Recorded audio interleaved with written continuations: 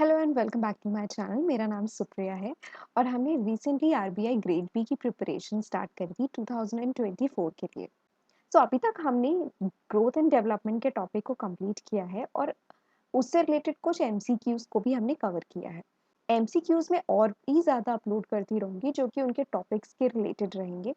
और आज की इस वीडियो में हम एमसीक्यू के साथ साथ हम डिस्क्रिप्टिव के भी पार्ट्स को कवर करेंगे। तो ये पर्टिकुलर वीडियो डिस्क्रिप्टिव के ऊपर है कि अगर डिस्क्रिप्टिव में आप फेज 2 में अगर जा रहे हैं तो डिस्क्रिप्टिव में आपको क्या-क्या चीज़ें लिखनी होंगी, किस तरह के क्वेश्चंस आते हैं, उस क्वेश्चन में आपको कितना मटेरियल लिखना है, क्या चीज़ें लिखनी है, किस तरह का फॉर्मेट रहता है, वो चीज़ें आपको इसमें बताई जाएँगी। डिस्क्रिप्टिव में जैसे आपको ये पैटर्न इसका मालूम ही है कि आपको वहाँ पे ऑनलाइन टाइप करके लिखना होता है, आपको पेन एंड पेपर के थ्रू नहीं लिखना होता है, ये आपको आपकी कंप्यूटर की स्क्रीन पे लिखना होगा। आपको आपकी टाइपिंग में थोड़ा-सा फ्लुएंट होना पड़ेगा ताकि आप लिमिटेड टाइम ड्यूरेशन में आप उतना लिख सकें। आज जिस डिस्क्रिप्टिव क्वेश्चन को हम कवर कर रहे हैं, वो आपका ग्रोथ एंड डेवलपमेंट से ही रिलेटेड है। क्योंकि हमने इस टॉपिक को रिसेंटली कवर अप किया है तो हमने उसी के रिलेटेड टॉपिक्स को उठाया है ताकि डिस्क्रिप्टिव आपका पर्टिकुलर उसी टॉपिक से रिलेट करते हुए कंप्लीट होता जाए। आज जो हम कवर करेंगे वो है इकोनॉमिक रिफॉर्म्स और इकोनॉमिक रिफॉर्म्स के क्या-क्या टाइप्स हैं और इकोनॉमिक पॉलिसीज इंडिया में 1990 से लेकर अभी तक क्या-क्या रही हैं, उनके बारे में हम डिटेल में लिखेंगे। डिस्क्रिप्टिव क्वेश्चंस जो होते हैं वो आपके नियर अबाउट वर्ड लिमिट के साथ आते हैं, वो आपको लगभग 600 वर्ड्स में आपको वो क्वेश्चन लिखने होते हैं। सो इस क्वेश्चन को हम कुछ इस तरह से लिख सकते हैं। मैंने अपने कन्वीनियंस के अकॉर्डिंग मैंने इंग्लिश में रखा हुआ है, बट इन केस अगर आपको हिंदी में चाहिए तो आप इसी पूरे के पूरे आंसर को आप गूगल पे हिंदी में ट्रांसलेट कर सकते हैं अपने कन्वीनियंस के लिए। ज़रूरी नहीं है कि मैंने जो पूरा आंसर लिखा है यहाँ पे डिस्क्रिप्टिव के लिए आपको सेम ही आंसर लिखना हो। आप इसमें चीज़ों को ऐड भी कर सकते हैं या फिर कुछ चीज़ें जो आपको लग रहा है नहीं होनी चाहिए, आप उनको हटा भी सकते हैं। ये मेरे हिसाब से जो मेरा ओपिनियन है कि जो चीज़ें मुझे इम्पोर्टेंट लगी कि यहाँ पर होनी चाहिए, मैंने उन्हें मेंशन किया है। इन केस अगर आप इसको हिंदी में ट्रांसलेट करना चाहते हैं, तो आप मुझे कमेंट सेक्शन में मेंशन कर दीजिएगा। मैं इसका एक पीडीएफ डिस्क्रिप्शन में लगा दूँगी ताकि आप वहाँ से इसको कॉपी करके आप गूगल पे इसको ट्रांसलेट कर सकते हैं। मैं यहाँ पे कैमरा ऑफ कर देती हूँ बिकॉज़ साइड से आपका कंटेंट थोड़ा-सा कट हो जाता है, तो मैं इसके लिए कैमरा ऑफ कर देती हूँ। और अब हम इस पूरे टॉपिक को कवर कर लेते हैं। What is meant by economic reforms and explain all types of reforms in economic policies in India from 1990 till now in 600 words, यानी कि आपको 600 वर्ड्स के अंदर ही आपको लिखना है। इकोनॉमिक रिफॉर्म्स क्या होते हैं, सबसे पहले तो वो मेंशन करेंगे। Economic reforms in India have been critical driver of the country's transformation over the past few decades. Initiated in 1991, these reforms aim to reduce the role of the state and promote the private sector's participation in the economy. The reforms were categorized into macroeconomic stabilization measures and structural reform measures with the overarching objectives of liberalization, privatization and globalization. यानी कि economic reforms का country में लाना उसको transform करने के लिए था ताकि जब इकोनॉमिक रिफॉर्म्स होंगे तो जो कंट्री की इकोनॉमिक ग्रोथ है वो बढ़ेगी। और ये किया जा रहा था लिबरलाइजेशन, प्राइवेटाइजेशन और ग्लोबलाइजेशन के तहत। एंड कि 1990 से जो रिफॉर्म्स आए हैं वो लिबरलाइजेशन, प्राइवेटाइजेशन, ग्लोबलाइजेशन के फॉर्म्स में आए हैं ताकि जो मेजर्स हैं उनको मैक्रो इकोनॉमिक स्टेबलाइजेशन मेजर्स के तौर पे स्ट्रक्चरल रिफॉर्म्स को मेजर किया जा सके। और इनका ऑब्जेक्टिव ही मेन था लिबरलाइजेशन, प्राइवेटाइजेशन एंड ग्लोबलाइजेशन। अब बात करते हैं मैक्रो इकोनॉमिक स्टेबलाइजेशन मेजर्स क्या होते हैं। ये मेजर्स होते हैं, these measures focus on boosting aggregate demand of the economy. यानी कि ये जो फैक्टर्स हैं, मैक्रो इकोनॉमिक फैक्टर्स जो हैं वो फोकस करते हैं कि कंट्री की जो एग्रीगेट डिमांड है उसको बूस्ट किया जा सके। एनहांसिंग डोमेस्टिक डिमांड, डोमेस्टिक की जो डिमांड है उसको एनहांस किया जाए। To increase the purchasing power of the masses, the government emphasizes the creation of gainful employment opportunities. This aimed to stimulate consumer spending, driving economic growth. यानी कि अगर किसी कंट्री की इकोनॉमिक ग्रोथ को अगर हमें इम्प्रूव करना है, तो ये ज़रूरी है कि मार्केट में पैसा होना चाहिए। पैसा कब आएगा? जब लोग उस पैसे को खर्च करेंगे। पैसा कब खर्च करेंगे? जब मार्केट में डिमांड, अगर डिमांड ही नहीं है, लोग पैसा क्यों खर्च करेंगे?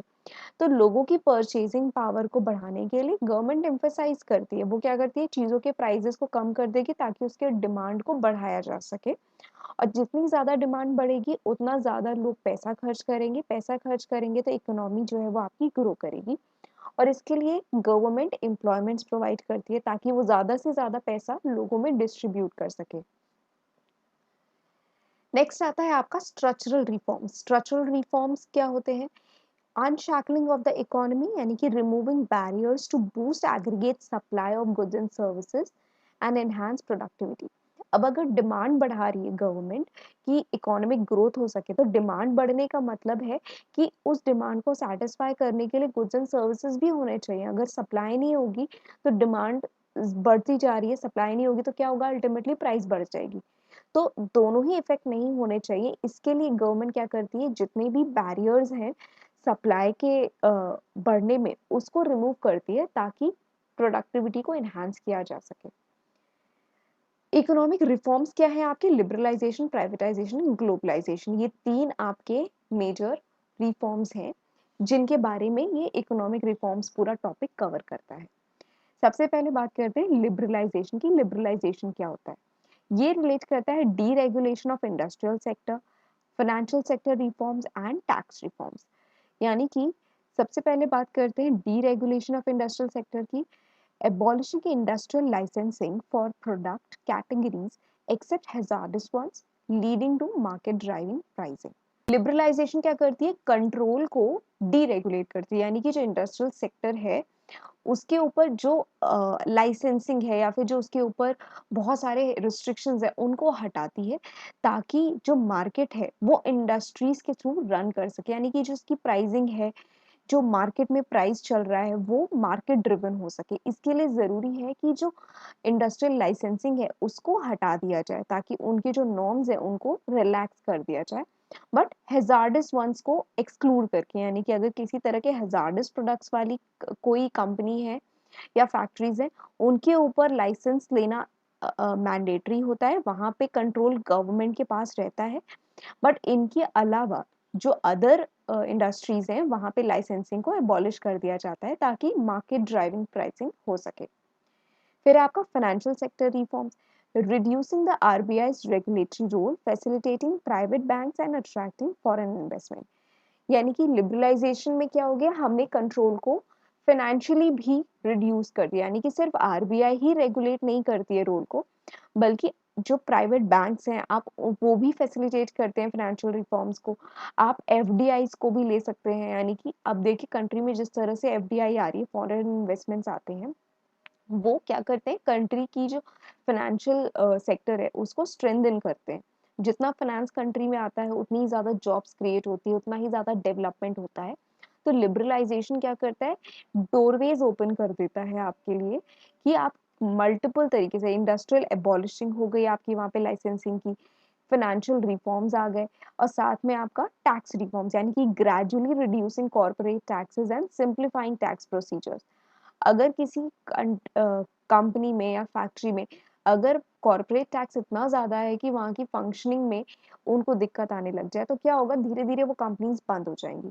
तो लिबरलाइज़ेशन के बाद क्या हुआ? इन टैक्सेस को बहुत ही ज़्यादा रिड्यूस कर दिया गया, सिंप्लीफाई कर दिया गया, ताकि जो कॉर्पोरेट टैक्सेस हैं वो भी प्रोवाइड किए जा सके और साथ में ग्रोथ एंड डेवलपमेंट भी पैरेलली उसके साथ चले, ताकि जो स्मॉल स्केल बिजनेसेस हैं या लार्ज स्केल बिजनेसेस हैं, उनके अंदर ये बैरियर्स ना आए कि वो बिजनेस ही नहीं कर पा रहे हैं बिकॉज टैक्सेस बहुत ज़्यादा हैं। फिर वो टैक्स की चोरी करना और बहुत तरह के अलग इलीगल चीज़ें होना स्टार्ट हो जाती हैं। तो टैक्स रिफॉर्म्स क्या करता है? इन सारी चीज़ों को रिड्यूस करता है। तो कॉर्पोरेट टैक्सेस की जो रेट्स हैं वो सिंप्लीफाई हो जाते हैं, उनको रिड्यूस कर दिया जाता है। प्रोसीजर्स जो है टैक्स फाइलिंग के वो सिंप्लीफाई कर दिए जाते हैं ताकि कंपनीज को डिफिकल्टी ना आए। नेक्स्ट आता है प्राइवेटाइजेशन। प्राइवेटाइजेशन आपका है जैसे कि एक होता है गवर्नमेंट कंट्रोल में, जो चीज़ें गवर्नमेंट कंट्रोल में नहीं होती है वो प्राइवेटली कंट्रोल्ड होती है। तो privatisation aim to reduce the government's role in various sector, ये एक्सपैंडिंग ऑफ de-reserved list, यानी कि many industries that were reserved for the public sector were opened up to private participation except for railways, defense equipment and atomic powers generation। यानी कि इन तीनों को छोड़ के आपका रेलवेज, आपका डिफेंस, आपका एटॉमिक पावर जनरेशन, इन तीनों को छोड़ करके आपके जो बाकी के सेक्टर्स हैं वहाँ पे गवर्नमेंट का रोल जो है वो रिस्ट्रिक्ट करके उन्हें प्राइवेट पार्टिसिपेशन के लिए भी ओपन कर दिया गया। जैसे आपके बैंक्स हैं, अब वो प्राइवेट सेक्टर बैंक्स भी हो गए, रोड कंस्ट्रक्शंस हो गए, बिल्डिंग्स का इंफ्रास्ट्रक्चर हो गया, और आपके बहुत तरह की जो फैसिलिटीज है जैसे एयरवेज हो गए, ये सब आपका प्राइवेटली ओन्ड रहता है। नेक्स्ट है आपका डिसइन्वेस्टमेंट। डिसइन्वेस्टमेंट क्या है? Disinvestment policies recognise the importance of transitioning from a controlled economy to a market driven one, encouraging private investment and competition। Disinvestment क्या शो करती है कि जो इकोनॉमी है वो कंट्रोल नहीं है, वो सिंगल पर्सन कंट्रोल नहीं है या फिर सिर्फ जो गवर्नमेंट है उसके थ्रू कंट्रोल नहीं है, बल्कि ये मार्केट ड्रिवन है। जब मार्केट ड्रिवन होती है तो क्या होता है, ये प्राइवेट इन्वेस्टमेंट एंड कंपटीशन को इनकरेज करता है। नेक्स्ट है आपका ग्लोबलाइजेशन। क्या होता है ग्लोबलाइजेशन? यानी कि trade and investment policy reforms and foreign exchange reforms. जो ग्लोबलाइजेशन है वो आपका इंटरनेशनल ट्रेडिंग से रिलेट करता है, एक कंट्री से दूसरी कंट्री के बीच में क्या इन्वेस्टमेंट्स या ट्रेडिंग हो रही है उसको रिलेट करता है। तो removing quantitative import restrictions and reducing tariff rates and simplifying import licensing. यानी कि अगर एक कंट्री दूसरी कंट्री में कुछ इंपोर्ट करना चाहती है या एक्सपोर्ट करना चाहती है, इन्वेस्टमेंट्स करना चाहती है, तो वहाँ से क्वांटिटेटिव इंपोर्ट रिस्ट्रिक्शंस जो हैं उनको रिमूव किया जाता है, टैरिफ रेट्स जो है उनको हटाया जाता है, सिंप्लीफाई किए जाते हैं इंपोर्ट लाइसेंसिंग, ताकि कंट्रीज इजीली एक्सपोर्ट कर सके। इससे क्या होता है, अगर नॉर्म सिंपल हो जाएंगे, अगर प्रोसीजर सिंपल हो जाएगा, टैरिफ रेट्स कम हो जाएंगे, रिस्ट्रिक्शंस हटा दिए जाएंगे कि आप ये चीज़ें इंपोर्ट कर सकते हैं नहीं कर सकते हैं, वो रिस्ट्रिक्शंस हट जाएंगे, तो क्या होगा, ट्रेड जो है वो ग्लोबली बहुत स्मूथली हो जाएगा। नेक्स्ट आपका है foreign exchange reforms. It allows the market determined exchange rate replacing foreign exchange regulation act, that is FERA, with foreign exchange management act, FEMA. यानी कि फॉरेन एक्सचेंज रिफॉर्म्स क्या शो करता है कि जो एक्सचेंज रेट है, यानी कि जब एक कंट्री से दूसरी कंट्री में जो ट्रेडिंग हो रही है, वो जो एक्सचेंज रेट है वो रिप्लेस कर दिया है फेरा को विद फेमा। यानी कि पहले जो प्राइसिंग हुआ करती थी वो फेरा के अकॉर्डिंग होती थी, बट अब वो किसके अकॉर्डिंग होती है, foreign exchange management act, FEMA के थ्रू। यानी कि जो प्राइसेस है, एक्सचेंज रेट्स हैं, मार्केट डिटरमिन्ड जो होते हैं, वो फेमा के थ्रू होंगे। अब बात करते हैं major steps of 1991 reform. Major आप स्टेप्स कह लीजिए या फिर इम्पैक्ट क्या था, इम्पैक्ट ऑफ 1991 रिफॉर्म, ये आपके आ जाते हैं, जिसमें सबसे पहले आता है फिस्कल रिफॉर्म। फिस्कल रिफॉर्म क्या है? The budget deficit which was 8.4% of GDP in 1990 to 91 was reduced to 6.5% in 1991 to 92, restoring the fiscal discipline। यानी कि 1991 से 1992 के बीच में जो जीडीपी का पोर्शन था 8.4% का, उसको रिड्यूस कर दिया गया था 6.5% पे, ताकि जो फिजिकल डिसिप्लिन है उसको रिस्टोर किया जा सके। नेक्स्ट है आपका financial sector and monetary reforms. Financial sector monetary reforms में क्या आता है, आपकी जो मॉनेटरी पॉलिसीज आती हैं, जैसे आपके कंट्री में आपका जो बैंक रेट है, आपका रेपो रेट है, रिवर्स रेपो रेट हो गया, ये सारे जो आपके मॉनेटरी रिफॉर्म्स होते हैं, ये इनका मेन एम क्या है कि इंटरेस्ट रेट्स को रिमूव किया, उसमें जो डिस्टॉर्शंस है उसमें उसको रिमूव किया जा सके, ताकि जो बैंकिंग सिस्टम है उसको इम्प्रूव किया जा सके, उसकी एफिशिएंसी को इम्प्रूव किया जा सके। नेक्स्ट है आपका capital market reforms. Capital market reforms जो रिकमेंड किए थे नरसिम्हन कमेटी ने to establish the securities and exchange board of India, that is SEBI, in 1992, promoting transparency and disclosure of capital market. Capital markets जहाँ पे आपके share markets होती हैं, वहाँ पर एक ट्रांसपेरेंसी होनी चाहिए कि किस कंपनी का जो शेयर है वो किस प्राइस पे है, कितना बढ़ रहा है, कितना घट रहा है, क्या कंपनी के जो शेयर प्राइसिंग है उसकी एक ट्रांसपेरेंसी मेंटेन होनी चाहिए। उसके लिए ये सेबी को फॉर्म किया गया था नरसिम्हन कमेटी के रिकमेंडेशन पे। नेक्स्ट आपका आता है industrial sector reforms. Industrial sector include करता है contractions of the public sector, abolition of licensing and greater freedom of importing capital goods. यानी कि जो आपका पब्लिक सेक्टर का जो पोर्शन है उसको श्रिंक किया गया, यानी कि जो कंट्रोल है वो सिर्फ पब्लिक सेक्टर के पास या गवर्नमेंट के पास नहीं है, बल्कि प्राइवेट सेक्टर को भी प्रायोरिटाइज किया गया। कैपिटल गुड्स की जो इंपोर्टिंग है उसमें फ्रीडम प्रोवाइड किया। एबॉलिशन ऑफ लाइसेंसिंग की गई except for the hazardous ones, यानी कि कुछ कंपनीज को छोड़ करके बाकी जितना है जनरल लाइसेंसिंग उसको एबॉलिश कर दिया गया।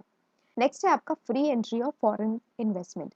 Measures to attract foreign investment included allowing 51% foreign investment in 34 high priority industries, facilitating investments by NRIs, establishing Foreign Investment Promotion Board, that is FIPB, and removing restrictions on repatriation of dividends by foreign investors।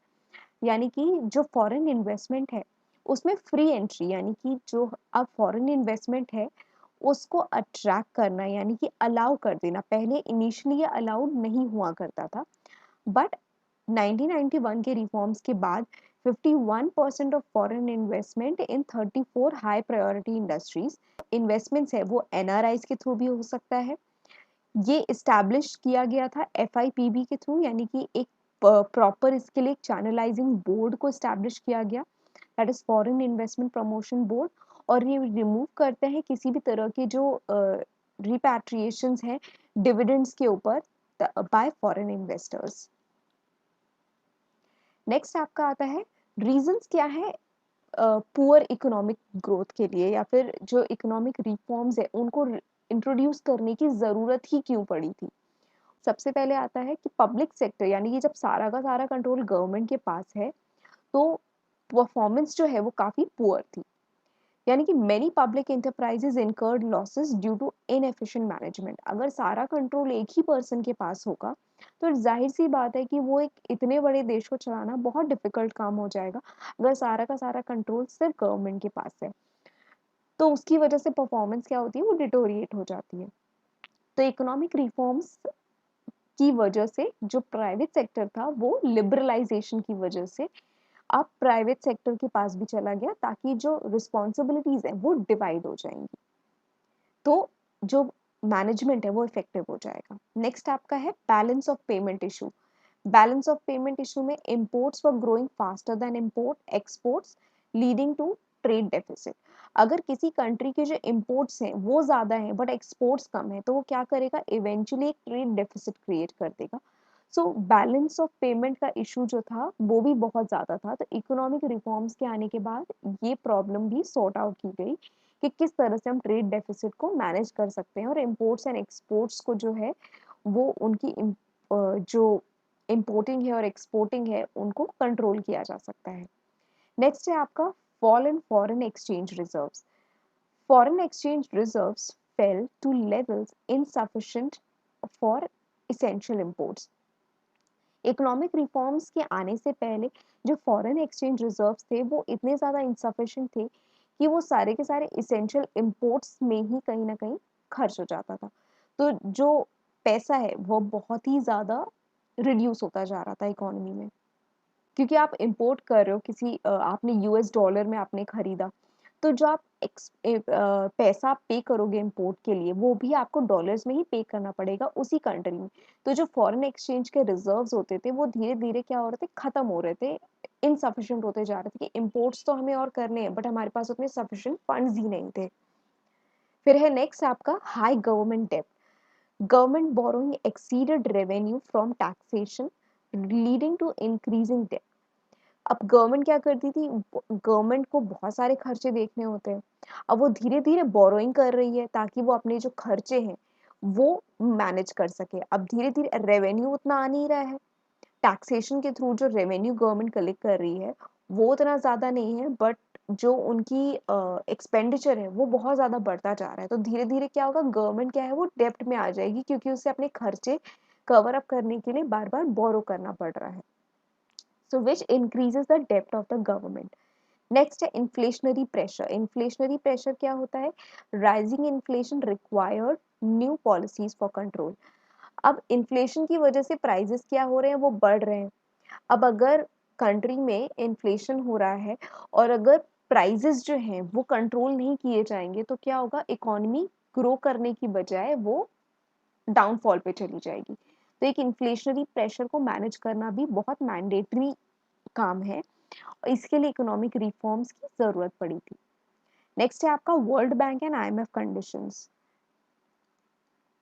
Conditions imposed by the international institutions like World Bank and IMF necessitated economic reforms. यानी कि जो IMF और world bank जैसी institutions हैं, इनका main क्या काम है कि ये कंट्रीज की ग्रोथ एंड डेवलपमेंट, उनको असिस्टेंस प्रोवाइड करती है, ताकि कंट्रीज में किसी भी तरह की जो प्रॉब्लम्स हैं या ग्रोथ है, उसमें वो हेल्प कर सके।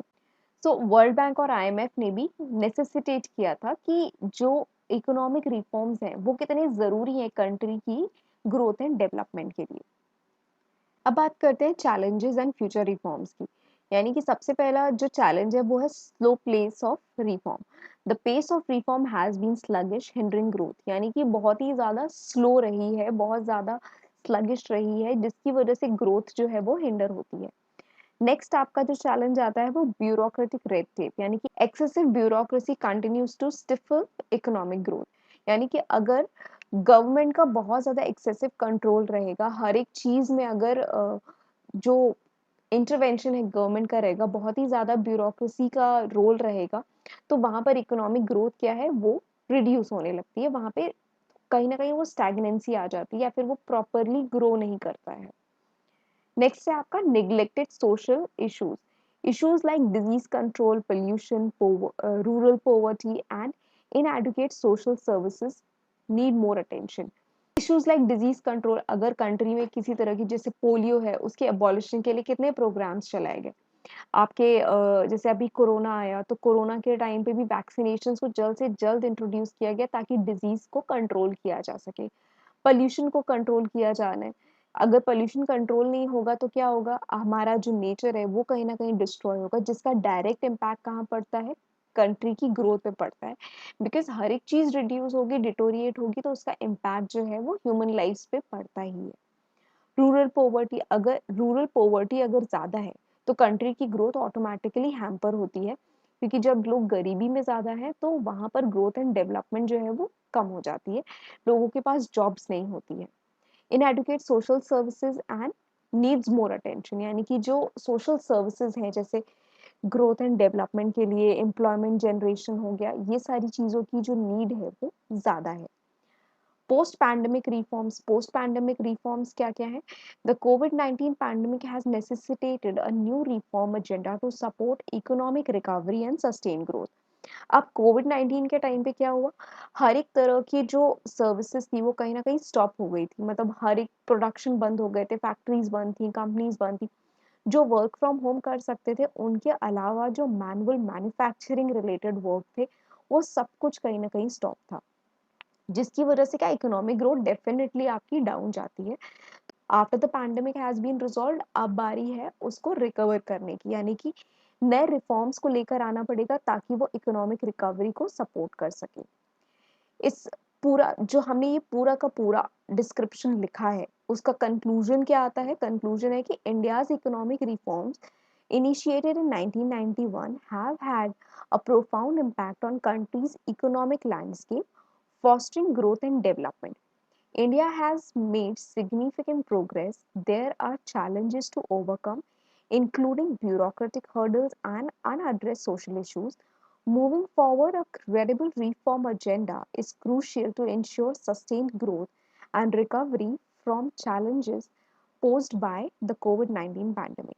यानी कि एक तरह से आपने पूरा का पूरा डिस्क्रिप्शन जो लिखा है इस आंसर का, उसका एक कंक्लूजन आ गया शॉर्ट में, कि इकोनॉमिक रिफॉर्म्स जो थे वो 1991 में इंट्रोड्यूस किए गए थे, ताकि कंट्री की जो इकोनॉमिक लैंडस्केप है उसको चेंज किया जा सके और ग्रोथ एंड डेवलपमेंट को फॉस्टर किया जा सके।